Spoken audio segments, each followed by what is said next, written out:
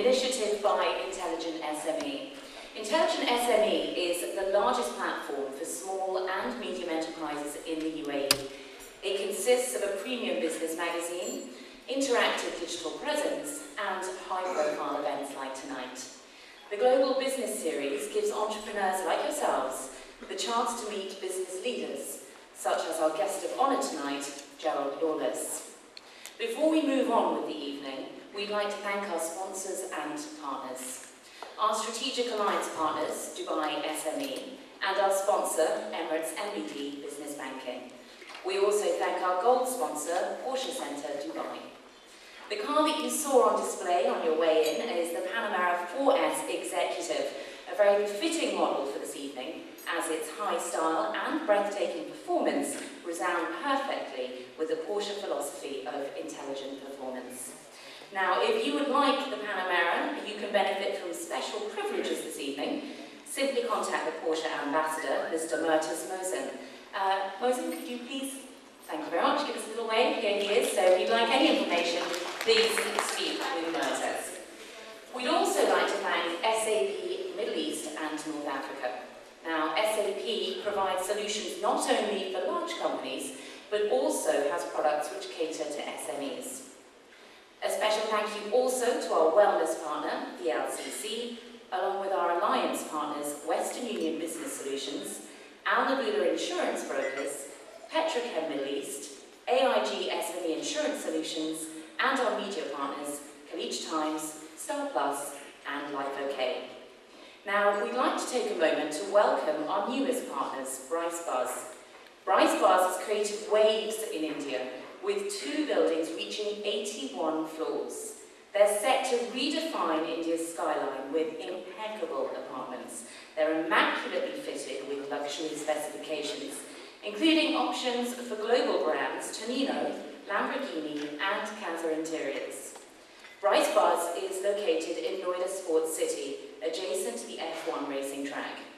Now, the success of Bryce Group has been impeccably headed by Rahul Gaur and duly supported by Naveed Gaur.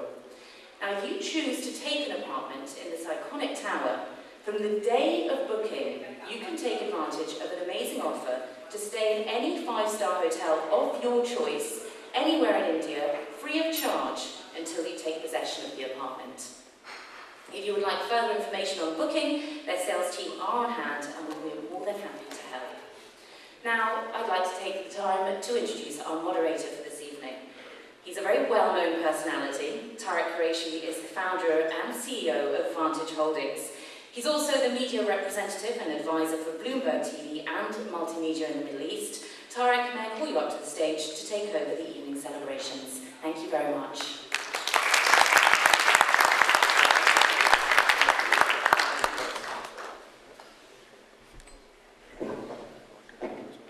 Good evening, ladies and gentlemen.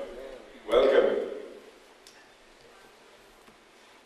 There are very few times when you feel genuinely humbled and privileged when special guests come, and today is one of those days. Gerald Lawless, we have known him for a while, and today you will see some of the wonderful things he's done, and how he has contributed in shaping some of Dubai's vision. But before we go there, let's just step back and see some of the other, think about some of the other leaders who have come here in the past 8 or 9 months. And these include people from all industries. But one of the key industries that was missing up to now was the aviation sector. And the aviation sector aviation and tourism sector, the 2 of them together. The aviation tourism sector together has over 25% of Dubai's GDP. So this is a very integral part of everything that's happening around us. Dubai has built this amazing vision and synergizing all of its various jewels in its crown, as I call them. Jumeirah being one of them, Emirates Airline, Emaar, Dubai Duty Free, Emirates MBD. All of these come together and synergize and create Dubai as a nexus. Dubai becomes a crossroads and an epicenter of travel and tourism. And in between all of this, we have the brand Jumeirah. Today we will talk to Gerald Lawless, who is the President and CEO of Jumeirah Group. He also sits on their board. He is the Vice Chairman of the World Travel and Tourism Council. He sits on the Global Agenda Council for the World Economic Forum and also on the Emirates Academy and various other places. But these are just titles. Today we will find out about business, about style of leadership, and about building legacies and building a great organization. So he's the chief guest, so I shall shut up and give him the opportunity. Gerald Lawless.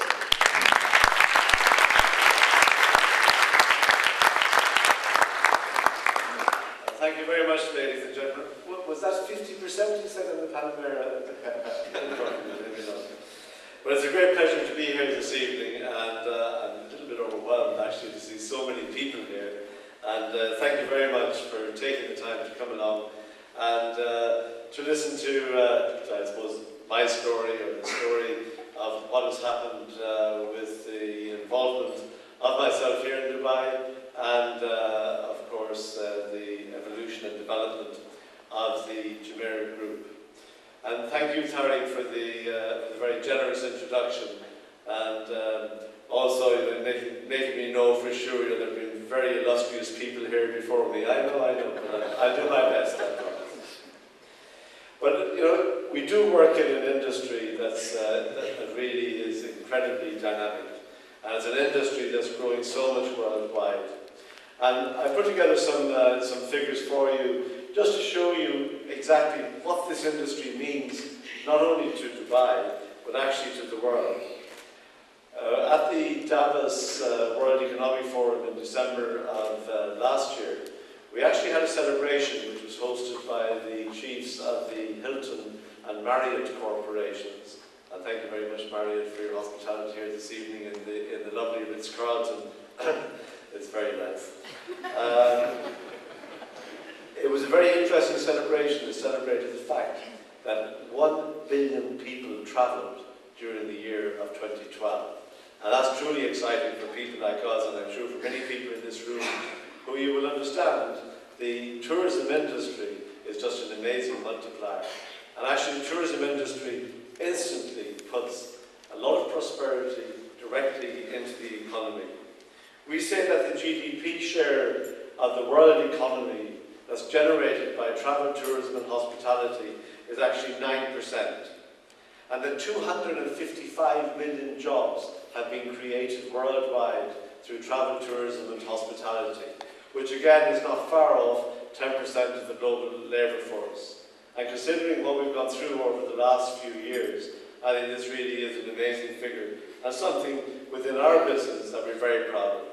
And the future also looks bright in that we expect that we will continue to grow with about 4% growth per annum, with tourism exports reaching $1.2 trillion, and our share of travel and tourism within the world trade up to 6%. And this, of course, is really very reflective of what's happened in Dubai, because Dubai itself even shapes travel and tourism, has had a major impact on the whole industry. And to think that in a city of, we say it's 2 million people, that we can actually have 10 million visitors and be the 7th most visited city in the world is something to be extremely proud of. And I can see it continuing to grow. In fact, His Highness Sheikh Mohammed bin Rashid Al Maktoum has already said that whether or not we're going to get the 2020 Expo, we are going to get 20 million tourists by 2020. So that's really something to look forward to. And you know what? I think if His Highness says we're going to get it, we will get it, and we know we will. So that's really a huge target for us, a target that I feel very confident because of Dubai, because of the way Dubai is shaped, and we will actually achieve it. And how do we achieve it? And how do we grow this tourism? We hoteliers, we like to say, well, it's because of the hotels. We have such beautiful hotels. Look at Burj Al Arab, look at what it has done, look at what Jumeirah Beach has done, look at this beautiful hotel, the new Marriotts that have just been built. But you know, it's so important in our business, that no tourism destination can actually thrive, can actually expand, can even be there without the method to get to the destination. by Emirates Airlines is truly amazing. And we are very grateful in our business for the incredible vision of a man like His Highness Sheikh Ahmed bin Zayed Al Maktoum, who has done so much to drive Emirates and to ensure that Emirates continues to grow, and even continues to grow right through the recession that we've just come through. And to see that tourism numbers never actually went back. And we now know that we are so well placed to bid for something as prestigious as Expo 2020, because we know that we are one of the great global or even universal aviation hubs, with non-stop flights to virtually anywhere in the globe from Dubai, even as far away as Los Angeles, Seattle, San Francisco, and down the west coast and mid-Americas. This is something that is amazing. It's amazing to see how Qantas recently joined with Emirates, and now the major hub for Qantas is no longer Singapore, but is actually Dubai. And recently, Alan Joyce, the CEO of Qantas, announced increased profits at last for Qantas, that they actually came into profit. And he attributed most of that to the great success of the code share that they're doing with Emirates Airlines through Dubai, rather than when they went through Changi. We also see how Dubai does in our key performance indicators. These are not the Jumeirah results, I can't really tell you those, but they're good as well, even better than these. But to see already that we have, in 2013 year to date, almost 80% occupancy in this city. ADR is what we call our average daily room rate, is now 897 dirhams. And the RevPAR, which is the combination of rooms available, rooms actually sold, and the average rate, is 714 dirhams. And a lot of people say to me, well, don't you think that now Dubai is becoming too expensive and you shouldn't really be boasting about these rates, and you should be saying that we should bring rates down? And in fact, at the conference last week, one gentleman, a hotelier actually, suggested that we should have a cap on rates. And I said, no, this city has always thrived on a free market. And why would anybody want to invest in a hotel in a place like Dubai, or build a hotel in a place like Dubai? They really do look. An investor will say, well, I will come to Dubai to build a hotel because I know that the returns are good. I know that the average room rates are good. And I know that I will get a return on my investment. And I think this is really important to ensure that our product will continue to expand in Dubai. And we are ready for competition, even within our company. So we are not concerned. In fact, I would be more concerned if there wasn't this propensity to develop and grow more hotels within the city. And now we're seeing hotels come up at all levels, from 2-star budget hotels right up to our own Virgin Arab. So we have the whole range of hotels in Dubai, and I'm sure that these hotels will continue to expand.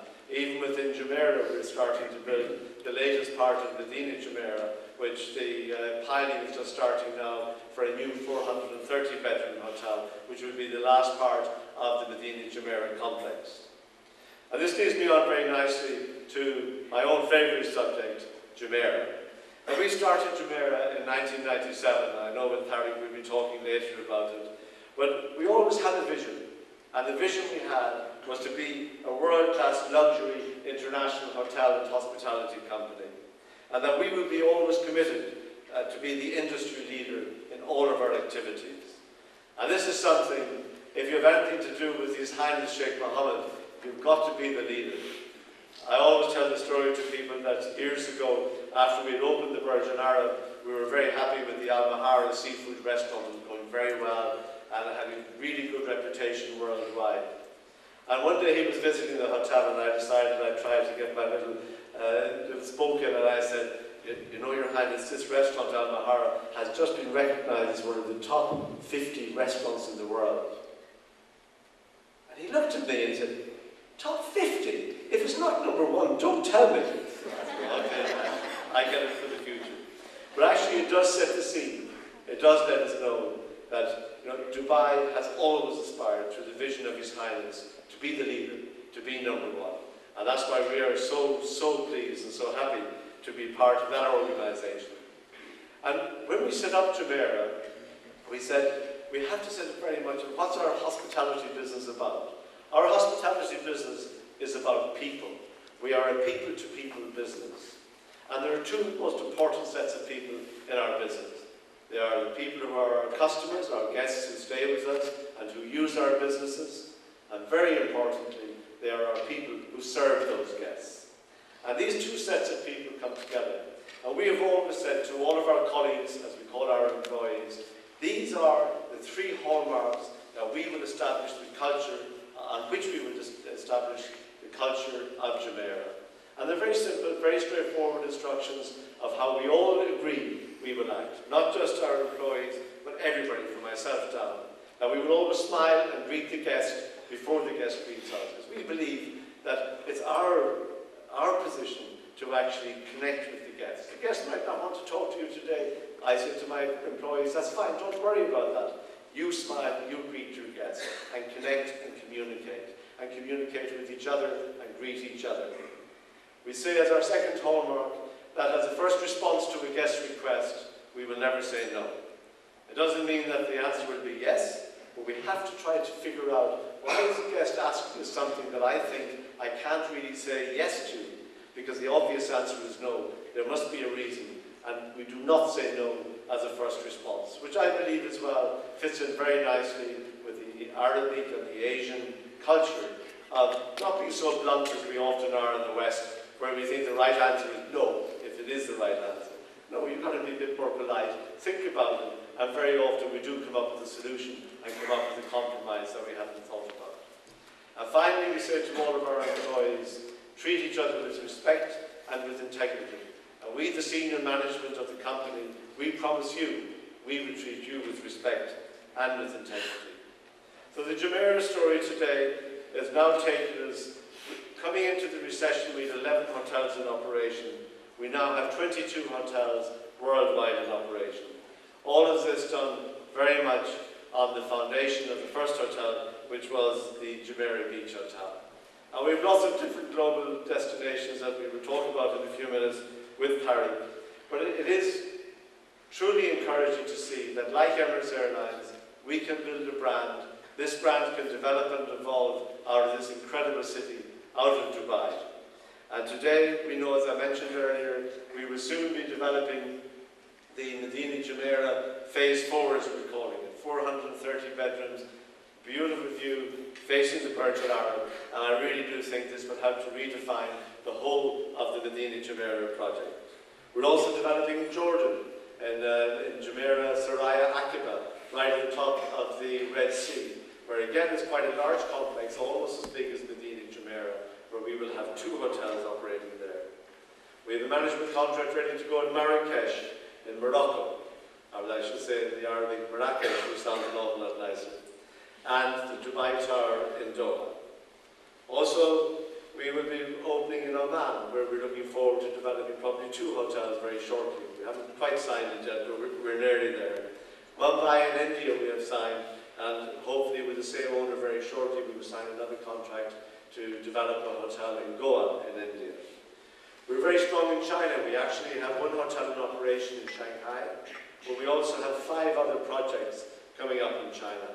And these are management contracts where we run other people's hotels, which we have built on the foundation of what has been achieved by the hotels that have been built here in Dubai. We have the Jumeirah Guangzhou, the Jumeirah Hangzhou, and also a place called Clearwater Bay, which is on the island of Hainan, which is over near Vietnam, one of the major Chinese tourist islands. Thousand Island Lake, which is an inland resort in China, and of course in Macau, which is very close to Hong Kong. I just recently come back from Bali at the Forbes conference, where we had a look at our new site there, where building is about to start on a lovely resort of 127 rooms, but each bedroom is actually an independent villa leading down to the beach. And finally as well, we have a hotel coming up in Thailand, in Bangkok itself, on the riverside. Jumeirah has also developed quite a number of restaurants and food and beverage operations throughout the years since we started in '97. And one of the great successes has been the Noodle House. The Noodle House started in the Jumeirah Emirates Towers in 2001, 2002, where the general manager was always coming to me saying, I want to do a noodle house. I didn't really know what a noodle house was, but he was quite adamant that we should do a noodle house. So he started this restaurant, which now has developed right around the region. We have 20 in operation in Qatar, in Kuwait, in Oman, Bahrain, Saudi Arabia, Cyprus, Pakistan, and indeed in Morocco. And we have many more to open. We are franchising the noodle houses, so if any of you are in franchises in the room, outside the United Arab Emirates at the moment, but we are franchising quite a few noodle houses around the world, and we do believe that it has huge potential to grow, and to grow very rapidly. And we look at some of the pillars of the success of Jumeirah. An awful lot has been the publicity that we've managed to achieve over the years by very much leveraging the Burj Al Arab. The Burj Al Arab is just an incredible icon for Dubai. We like to look upon it as a symbol of Dubai. I think there's another narrow building near here which also thinks it's a symbol of Dubai, but we got there first. And we like to think we're like the Sydney Opera House of the city, or the Eiffel Tower of Dubai. But we very much do symbolise Dubai. And we've had some great events, as you know, with Roger Agassi and Andre Agassi and Roger Federer actually playing tennis on the helicopter pad. We also believe that we really have managed to create a high-performance, results-driven global family. Our people are so important to us. We've been very successful in our Emiratization program. We're one of the leading hospitality groups in Dubai, with now almost 300 Emirati citizens working for us. And we are really delighted that these great nationals are coming to work for us. When I talk at our orientation program to all of our colleagues, and we mix everybody together for our orientation, and we often have about 200 in a session, I always say to all the foreign colleagues, think about it. Here we are in this wonderful city. All of us, so many of us, as foreigners here, have had such a good life and such a good career in Dubai, that it really is incumbent upon us to ensure that we are providing great opportunities for our Emirati citizens who live here. And we really do push this very hard within Jumeirah. And we demonstrate and we show all of our foreign colleagues, nobody's taking anybody else's jobs. Fortunately, because of the leadership of His Highness, we have great expansion, great development in Dubai and in the United Arab Emirates. And it really is important to ensure, I think, that we are bringing more and more Emiratis into what is, after all, as we just heard, one of the most important industries in the country. It's an industry that will continue to provide jobs, jobs that don't necessarily in any way cut across the values of Emirati nationals or of Muslim people generally. We have so many jobs that have nothing to do with the service of alcohol, with the service of powers that people might not feel comfortable with. We have jobs within the hotel business such as technical services, marketing, human resources, accountancy, bookkeeping, guest relations. There are many, many jobs. But one thing we ensure within Jumeirah, all of our Emirati jobs are real jobs, and all of our Emirati colleagues are truly contributing to our brand. And we now position our brand very much at the top tier of the hotel business. We like to think of our competitive set as Mandarin Oriental, Four Seasons, Ritz-Carlton, and indeed Rosewood and Shangri-La, and many others like them. We've developed a network of sales offices across the world, and this will continue to grow because we know that it's important that we drive business into the 22 hotels we have, and that we continue to work closely with airlines like Emirates in driving business indeed into Dubai. We've been very successful over the years in achieving a lot of international articles in various magazines, and I'm sure Intelligent SME will be featuring us again in the near future. We are strong in our digital performance as far as the website is concerned, with 7.1 million visitors last year. But I don't want to take up too much more time before Tariq talks to me. Over the years, we've actually managed to achieve 300 major international awards for the Jumeirah Group. We've been invited also to participate in some of the very important international bodies.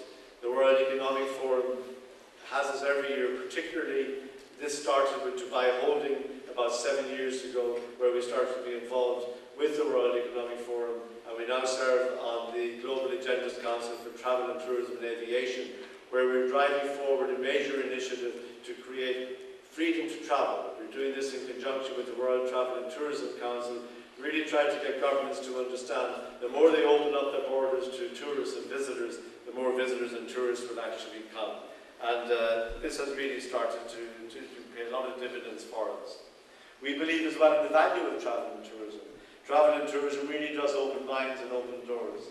And we know that the Sheikh Mohammed Centre for Culture and Understanding, we actually take our guests and we invite our guests in conjunction with the Cultural Foundation to actually visit the Jumeirah Mosque on a Thursday, where they receive a lecture from an imam within the mosque about not the differences between the Islamic religion and the other religions, but the similarity between the great religions of the world and how close Islam is to the other two great religions.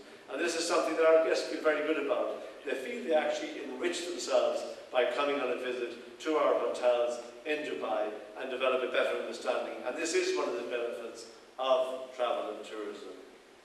We've also decided that within Jumeirah we should have a foundation, and we're almost there with setting it up. This charitable foundation is important to us because we do understand our responsibility within the local community and within international communities, where we actually can assist and we can develop these communities worldwide.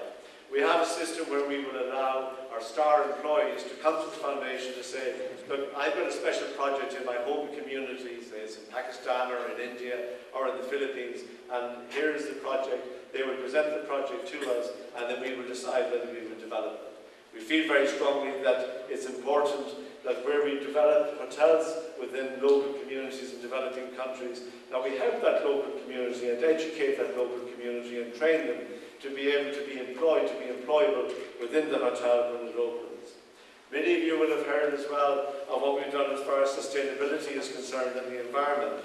And we've had great success with the Dubai Centre for Turtle Rehabilitation and Jumeirah and the Virgin Islands, where the hawksbill turtles, which are an endangered species, we rescue them from the Gulf if they are injured by propellers, and some of them have parasites.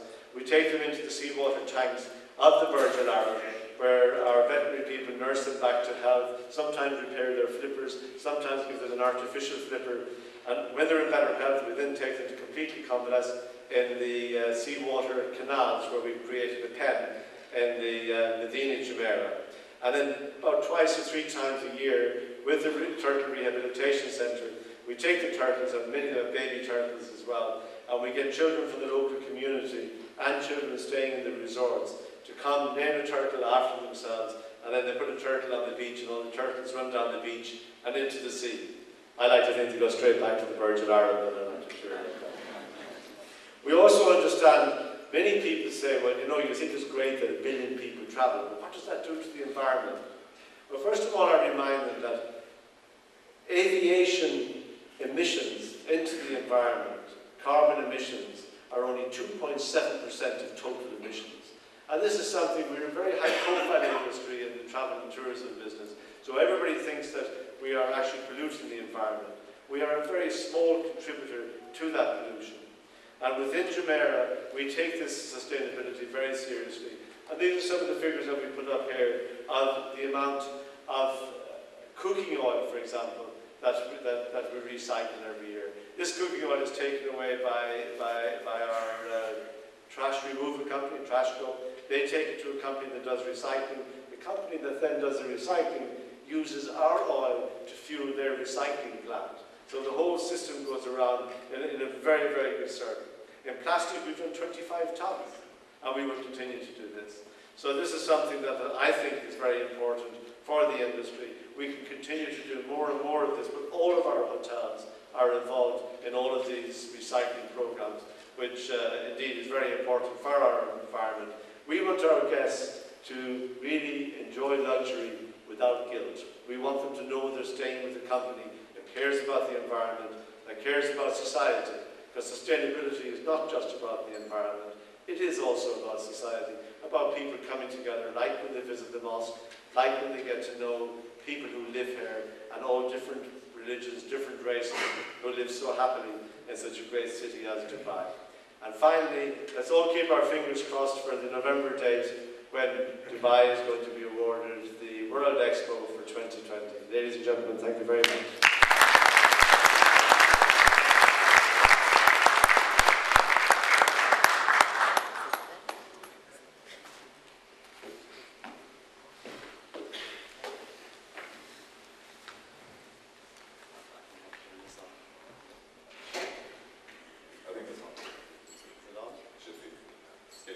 It's on, right? Is it on?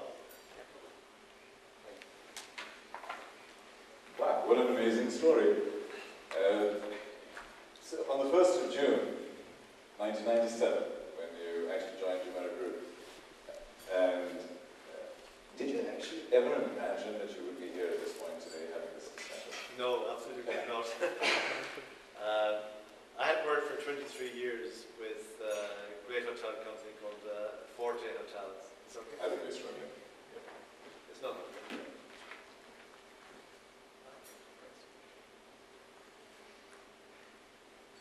It's on now.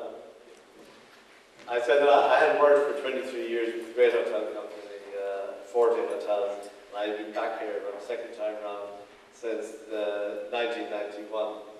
And we were taken over in a hostile bid in 1996, and I didn't really like the new landscape, as they say, of the new company. I suppose it was just the baggage that I carried from having worked for so long with Forte. So I was very fortunate to actually have met the right people and been offered this position to come and set up the company that is now Jumeirah, working really on the opening of the Jumeirah Beach Hotel. And I've always fantasized that, it would really be good to finish one job, have a month off, no responsibilities, having relinquished all the old responsibilities, and take on the new one. But we had a hard taskmaster, and there was a great gentleman called Brigadier Michael Barclay, so you old-timers will know of him, who actually recruited me. And I told him about this, and he said, "Don't be ridiculous," he said, "we need it now." All right. So anyway, they had a party for me in Forte on the 31st of May, 1997, which finished about midnight, and I was working in Jumeirah at 8 a.m. on the 1st of June, so there goes my holiday.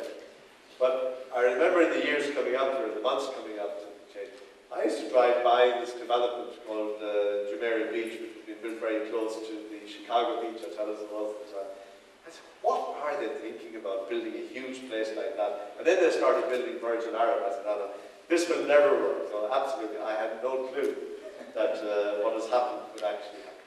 That's brilliant. But after taking over, what were the most happy moments, memorable moments in the first 2 or 3 years? Because that's when all of these amazing landmark properties were coming through. I was here in Dubai at the time, so I distinctly remember, and we used to wait with sort of bated breath to sort of like, when's the opening, and then we actually used to turn up.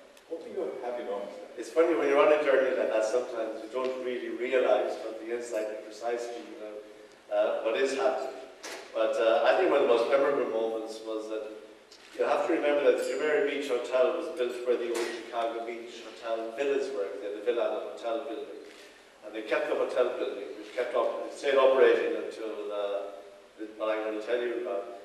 But where the Wild Wadi is today is where the Chicago Beach building was, which they kept it. But it was decided that eventually we had to demolish it. So on the 26th of June, 1997, we went up to the 16th level of the Virgin Arab, which was up to the 16th level then, which is the equivalent of 32 floors. It finished off at 27, equivalent of 54 floors. And I was standing there, again with the famous Michael Barton, and with a few people, and they actually did